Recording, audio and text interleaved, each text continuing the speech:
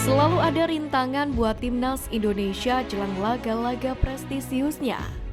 Bagaimana tidak, skuad Garuda seakan kembali dirundung kesialan jelang pertandingan pembuka ronde kedua kualifikasi Piala Dunia 2026 zona Asia, yang mana bakal berlangsung kurang dari 3 pekan lagi. Pasalnya, timnas Indonesia mengalami badai cedera. Tercatat setidaknya ada 5 pemain inti yang mengalami cedera adalah Marcelino Ferdinand dari KMS Kadense, Ivar Jenner dari FC Utrecht, Elkan Bagot dari Ipswich Town, Egy Maulana Fikri dari Dewa United, dan Sandy Walsh dari KV Mechelen.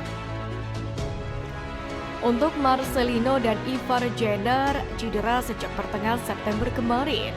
Alhasil, kedua pemain ini ketika timnas Indonesia 2 kali menghadapi Brunei Darussalam di babak pertama kualifikasi Piala Dunia 2026 harus absen. Kelar 2 laga itu, cedera yang dialami Marcelino Ferdinand dan Ivar Jenner pun belum membaik, sehingga diragukan absen kontra Irak dan Filipina.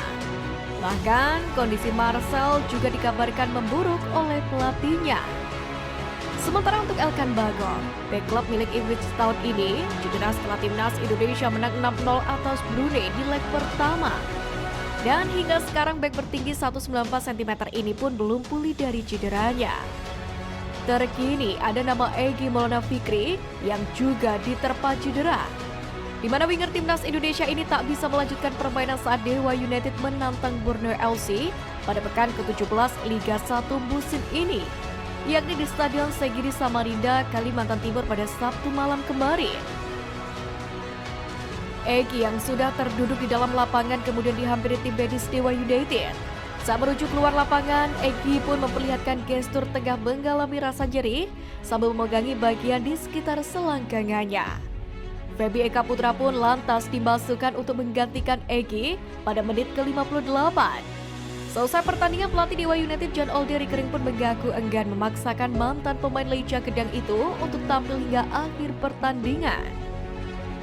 Dia mendapatkan tendangan dari lawan, dia mencoba di babak kedua untuk tetap bermain, jadi kami evaluasi untuk ditarik keluar, kata John Olderi Kering.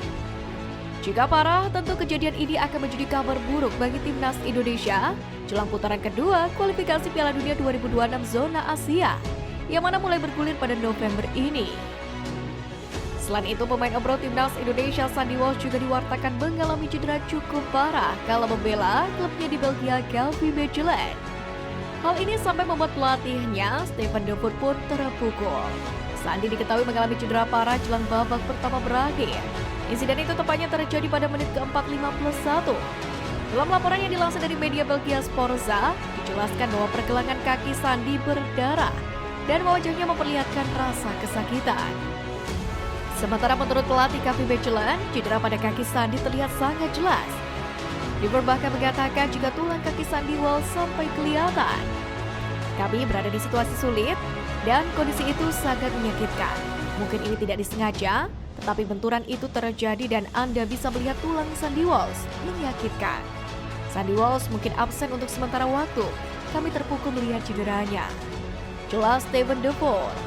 Melihat bagaimana cedera Sandy, sang pemain kini sangat diragukan untuk bisa tampil bersama skuad Garuda di jeda internasional November nanti, di mana kala itu skuad Garuda harus melakoni 2 laga tandang putaran kedua kualifikasi Piala Dunia 2026. Di sisi lain, setelah pertandingan, Sandy Walsh pun tampak tak ingin membuat semua orang khawatir, sehingga pemain berusia 28 tahun ini pun memberikan penjelasan terkait cederanya melalui Instagram Stories. Ia mengatakan bahwa kondisinya baik-baik saja dan tak ada masalah serius. Walaupun Sandy Walsh tak bisa memungkiri bahwa kakinya juga membutuhkan sejumlah jahitan. Ia memang tak menjelaskan secara rinci berapa jahitan yang diterimanya di pergelangan kaki. Melihat banyaknya pemain bintang yang bertumbangan, tentu ini bukan menjadi kabar baik buat Garuda. Sintayong akan dibuat pusing dengan kemungkinan absennya para pemain kunci. Di sisi lain, ini bukan kali pertama di bawah asuhan Sintayong Garuda mengalami badai cedera. Sebelumnya, di Piala AFF U23 kondisi serupa juga terjadi. Bukan badai cedera, namun beberapa pemain andalan tak dilepas oleh klubnya lantaran event tersebut tak masuk dalam kalender FIFA. Pelatih asal Korea Selatan itu pun mengakui sendiri bahwa skuadnya tidak komplit. Hingga akhirnya Sintayong harus memutar otak mencari pemain-pemain baru guna melengkapi skuad timnas U23 Indonesia. Pada saat itu, dengan percaya diri, juru taktik asal Korea Selatan ini menjanjikan siapapun yang memperkuat timnas U23 Indonesia bakal memberikan yang terbaik selama Piala AFF U23 2023 bergulir. Meskipun pemain tidak komplit, mereka saya pastikan akan bekerja keras untuk menjadi yang terbaik. Jelas Sintayong. Meski pada akhirnya tak bisa merebut trofi juara, namun dengan komposisi skuad yang ada, Sintayong berhasil membawa Merah Putih melaju hingga final. Bahkan pada turnamen ini pelatih Thailand U23 Isara Sritaro sampai mengakui kehebatan dari timnas Indonesia U23 di babak semifinal. Hal ini bukan tanpa sebab.